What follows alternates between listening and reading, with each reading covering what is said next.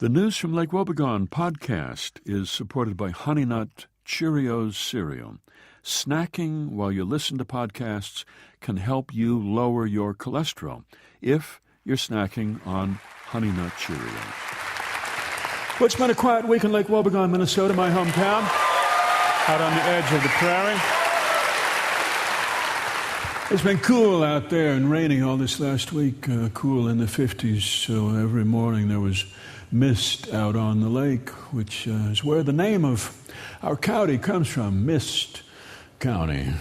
Most counties named for heroes, and some of them have heroic Indian names, and ours is named for a kind of a fog, for droplets suspended in the air. We don't really know why. Everybody who knew why that name was attached to us is long gone, but we've not changed it. Some people have suggested it, but we are a frugal people, and the thought of throwing away all that stationery and changing new signs. So here we are. We're just Mist County in the middle of Minnesota. The mist is good for the flowers, of course, and so we've had foliage green and beautiful. The tulips are in bloom, and the crocuses as well. And Irene Bunsen has been hanging out the big hanging pots of ivy out over her porch, hanging from hooks there in the ceiling of the porch, and the ivy drooping down, which gives the house a romantic look, so that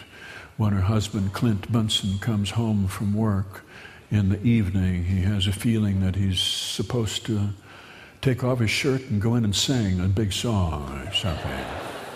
He doesn't, but he has a feeling that he should. Speaking of romance, Mother's Day is this coming weekend, Sunday.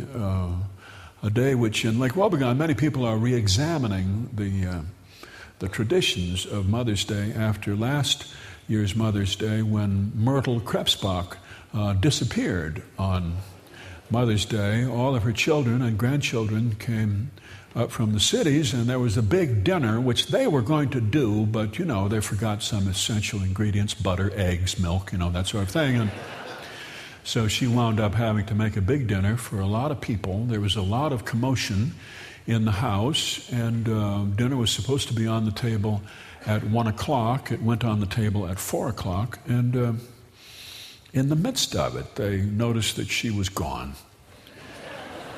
She just simply had disappeared. They waited for a while for her to come back, and then they went ahead and ate. And then they called her cell phone, and she was in a room and a TV was on, and it sounded like a movie, and she simply had gone and checked into a hotel, and she had ordered a chicken sandwich and a minestrone soup, and she was lying in bed, and she was enjoying a favorite movie, Audrey Hepburn, Gregory Peck, Roman Holiday, and she would be just fine, and she'd be home in the morning. Thank you very much. So we are now rethinking that.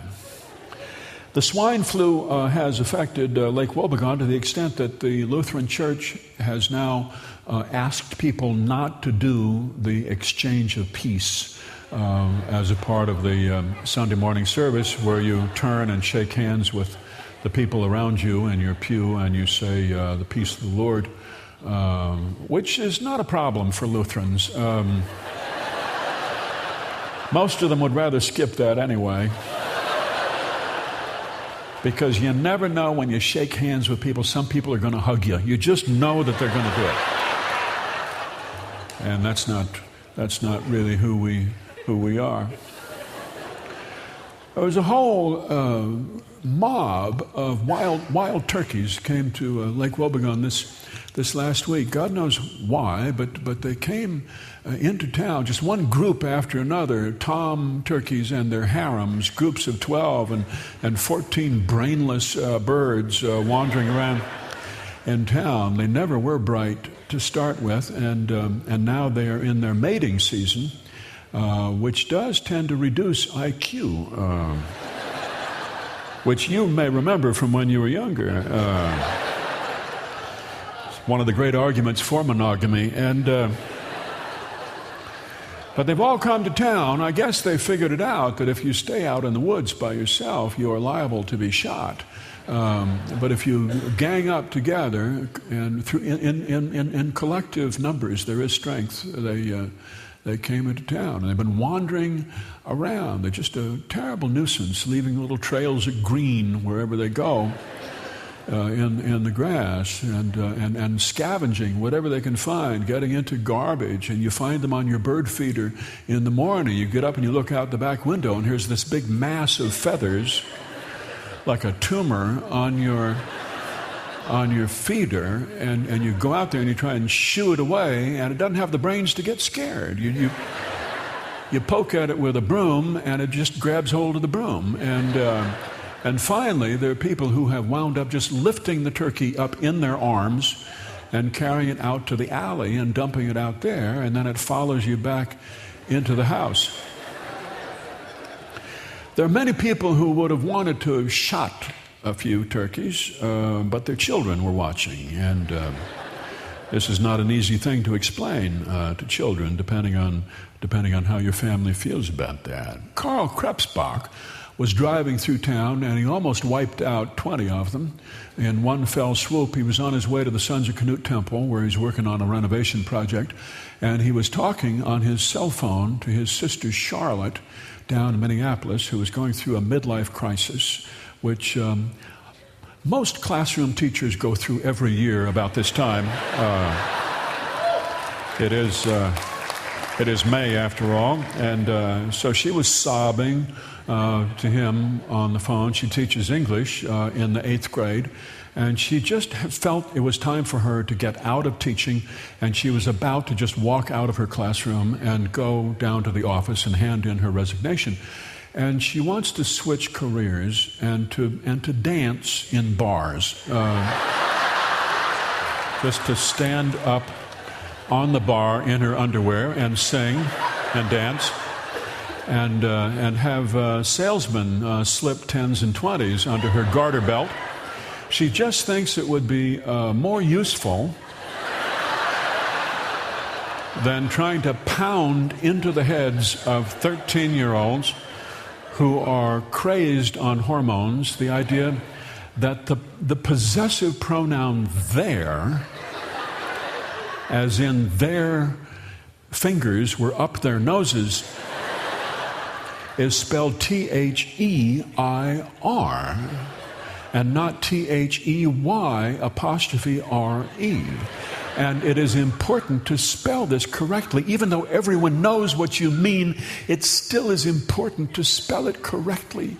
Otherwise, you will look Stoopid. And someday, you will apply for a job along with 2,000 other people. And when you write, there are many reasons why I think I could do this job, and you spell it Their, many reasons, other people will be there who know their spelling. And they will get the job and not you. She's done with trying to explain this to kids who sit and daydream and look out the window and don't listen to anything she says. She would just rather get up on a bar and dance to Bad Leroy Brown and earn some money and have a good time and meet interesting people your own age. Well, he was listening to this long, long lament, and she was sobbing at the other end. And then suddenly, these bodies appear on the road right in front of him, and he just swerves in his truck, and he goes down into the ditch, and he knocks over the Hanson's mailbox, which is made from a little log cabin. And he knocks it down. He avoids all these turkeys who are all fluttering in a big pile of turkeys, and now he's in the mud, and he's rocking the car back and forth, and he's digging himself deeper down, and the wheels are spinning back and forth, and he can't get out, and he can hear the turkeys up there laughing at him. And he can hear her voice on the cell phone, and she's going on and on about acupuncture and how it opens up energy pathways in your body. so that you are now capable of things you never were capable of before. People started to stick pins in you. He gets out of the truck and he climbs the slope up onto the road where the turkeys were, and he sees his tire tracks, and he has run over 2 little squirrels. 2 squirrels are lying there, dead, flattened. 2 squirrels, a male and a female. He assumes a male and a female. He doesn't do an autopsy, but it looks as if one was following the other. And one of them has its little paw up, and the other one has its left hind leg extended like a ballet pose. And they're both flat as pancakes on the road. They were on their way to something. They were going to find something together, the 2 of them.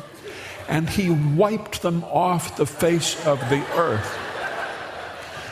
And then he heard footsteps, big boots coming up behind him, and it was Art, the proprietor of Art's Baits and Night Arrest Motel, who doesn't run a motel anymore because he hates people, and he just got out of the hospitality business. He just put up all these warning signs all over: don't clean fish on the picnic tables, how many times do I have to tell you, and so forth. And then eventually people just didn't come back to the motel, and now he just uses all the motel cabins for storage, which he needs a lot more storage. He accumulates things. He was walking up, and he points to the squirrels, and he says, "You gonna take those?"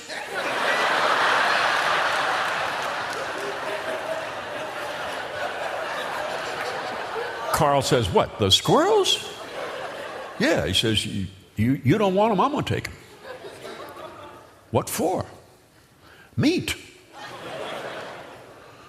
"Well, they're just fresh. You just ran over them. They're fresh. Haven't heard of the 5-second rule?" And he picked them up. He picked up the 2 lovers off the asphalt. And he had his knife right there. Carl said, "Don't do that here. Take that someplace else. Take that into the ditch or someplace."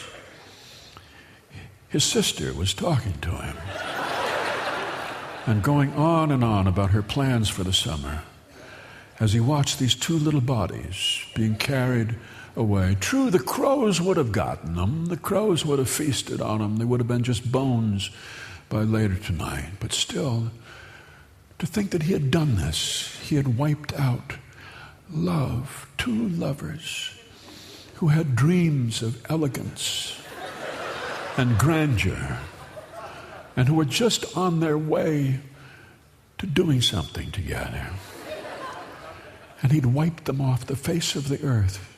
And suddenly he was surrounded there in the road by all these little feathered friends. They'd all gathered around him to thank him for something. He had spared the lives of a gang of idiots.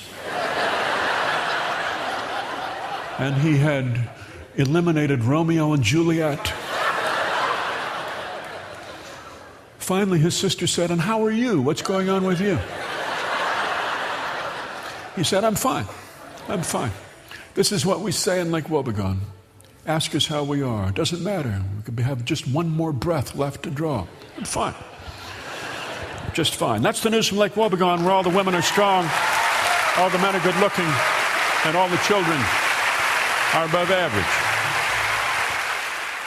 The News from Lake Wobegon podcast is supported by Honey Nut Cheerios cereal.